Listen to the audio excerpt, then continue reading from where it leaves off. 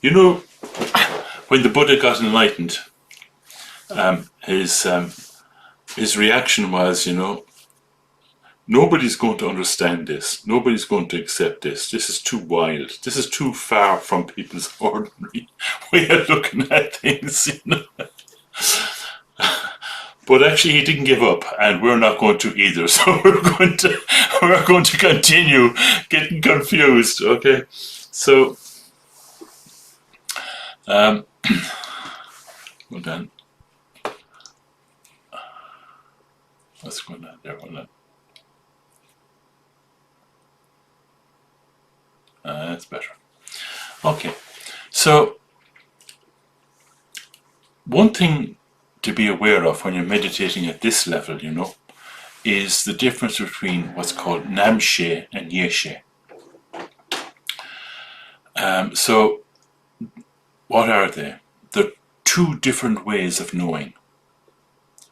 So, Namshe is dualistic. What that means is it divides experience into an experiencer and a thing that's experienced. And that particular form of knowing, it's the one that labels things, that judges, that thinks, that remembers. That's this Namshe. And usually, when we colloquially talk about awareness, it's this form of knowing that we're referring to, this Namshe. And that is what mind is. This is, in Tibetan they call it sems, but that is what mind actually is, our mind. And just to clarify one thing, and this is Gillian kind of brought this up, that it's a mistake to think that when we meditate, that we rest in awareness, that we watch our thoughts. That's not what we do. The word for thoughts is namtok. It's not just thoughts, it's all kinds of mental chatter, all kinds of conceptualization happening in your mind. So that's one form of knowing. So in Dzogchen, we talk about going beyond mind. And I think you might remember that the very first attempts that I made at conveying this was called going beyond mind. So in the Dzogchen, we talk about going beyond this Namshe, Now, mind is still there. This is the interesting thing. We're going beyond it. We're transcending it. It's still there, but we rise above it. We're on a different plane. I think you know what I mean, And we unveil, through our practice, we unveil a purer knowing, a purer way of knowing called Yeshe.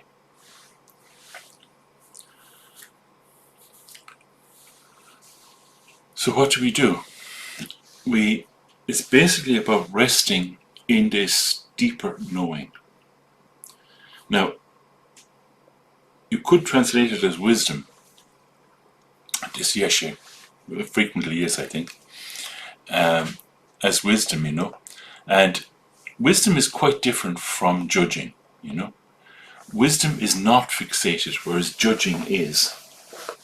So you might need to reflect on that a little bit. Wisdom is this kind of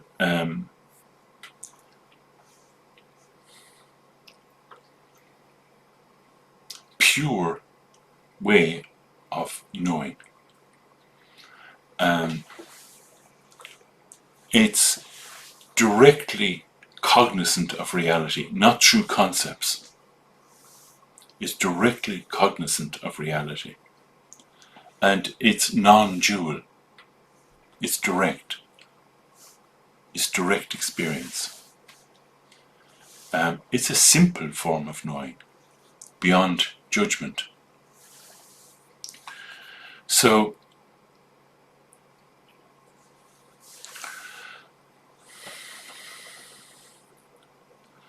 when we practice like this, when we practice this form of meditation, what we're doing is we're discovering this pure mind, the immaculate nature that's unstained by any concept, especially the concepts of good and bad. It's just this pure form of knowing. It doesn't have those judgments, those fixations. And what it results in is a great feeling of equanimity, where everything is equal, you know. And I'm always remember of, that poem, "Home is the sailor home from the sea." It's about death, but the poem. But this always reminds me, it's like just this great equanimity, just this rest. And in this way of resting, you can recognize the nature of all your mental impressions as being an insubstantial reality. This is exactly the same as knowing you're dreaming when you're dreaming. The dream is still there. But what's different is you recognize the nature of the dream. You recognize it as an insubstantial display. When you recognize your reality in this way, as knowing this wisdom that knows that mental impressions are an insubstantial display, that is what Rigpa is. It's simply pure mind looking naturally at itself. And in this, grasping is no longer possible. There's nothing to grasp at. There's no one who grasps. How do you do it? It's awful simple. You just allow all experience to be just as it is. Just as it is. Not altering. Just resting.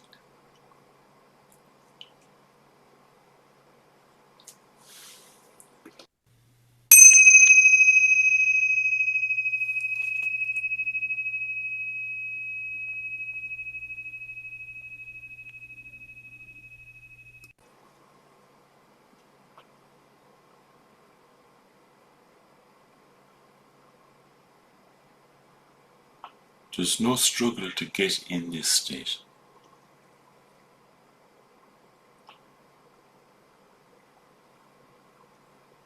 It's a letting go of struggle.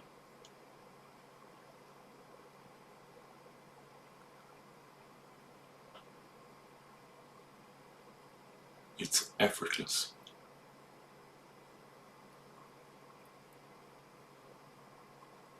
As soon as you apply effort, you've gone somewhere else. It's just this resting, being present.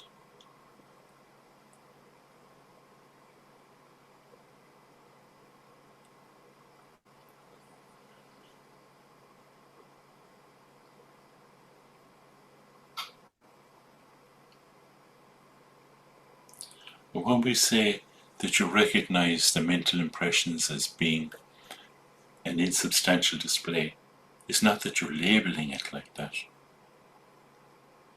It's that you know directly. You have experience, you have wisdom. The wisdom that sees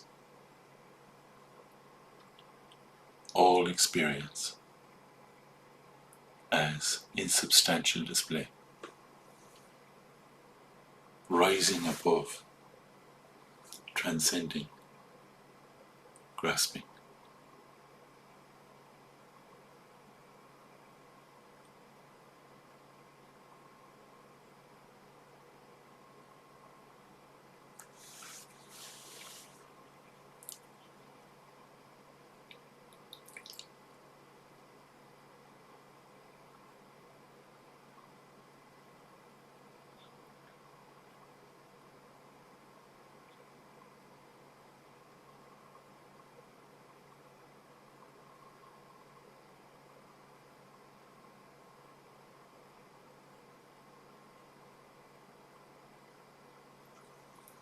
this Yeshe doesn't mind the thoughts.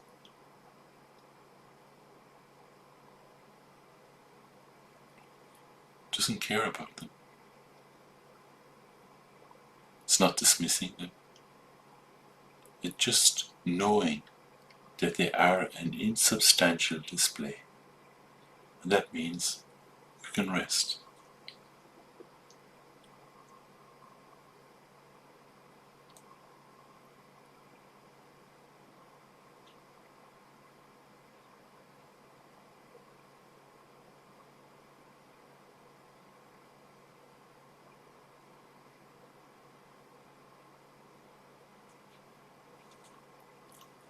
Thoughts aren't an enemy.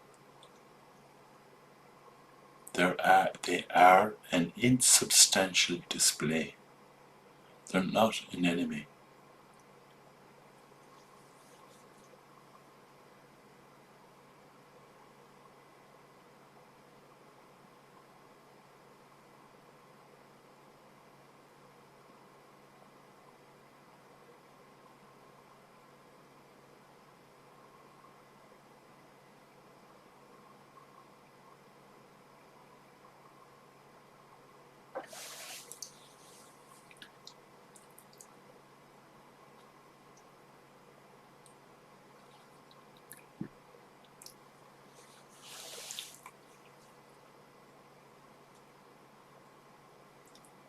So stop trying to go somewhere. Just be normal.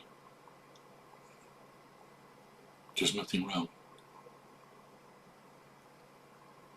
You've transcended confusion. Just be normal. Relax. Take it easy.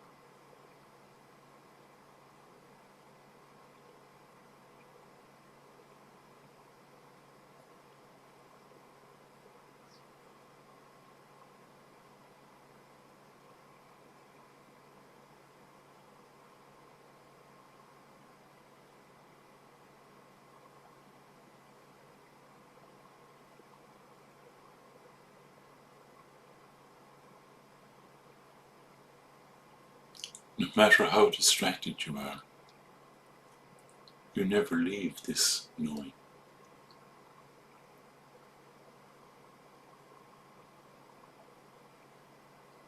It's there.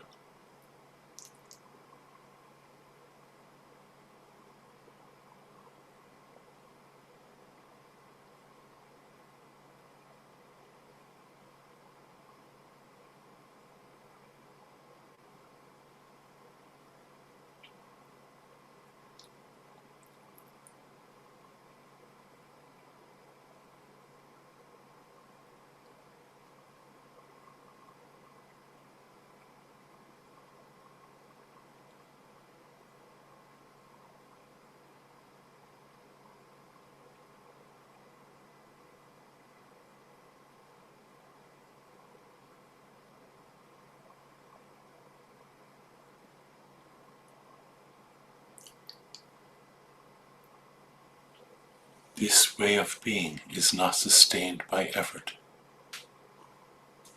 It's sustained by effortlessness.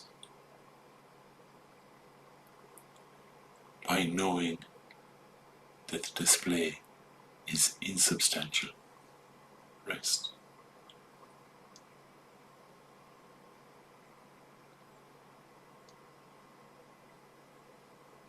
As Nushil Kempo says, rest in natural great peace.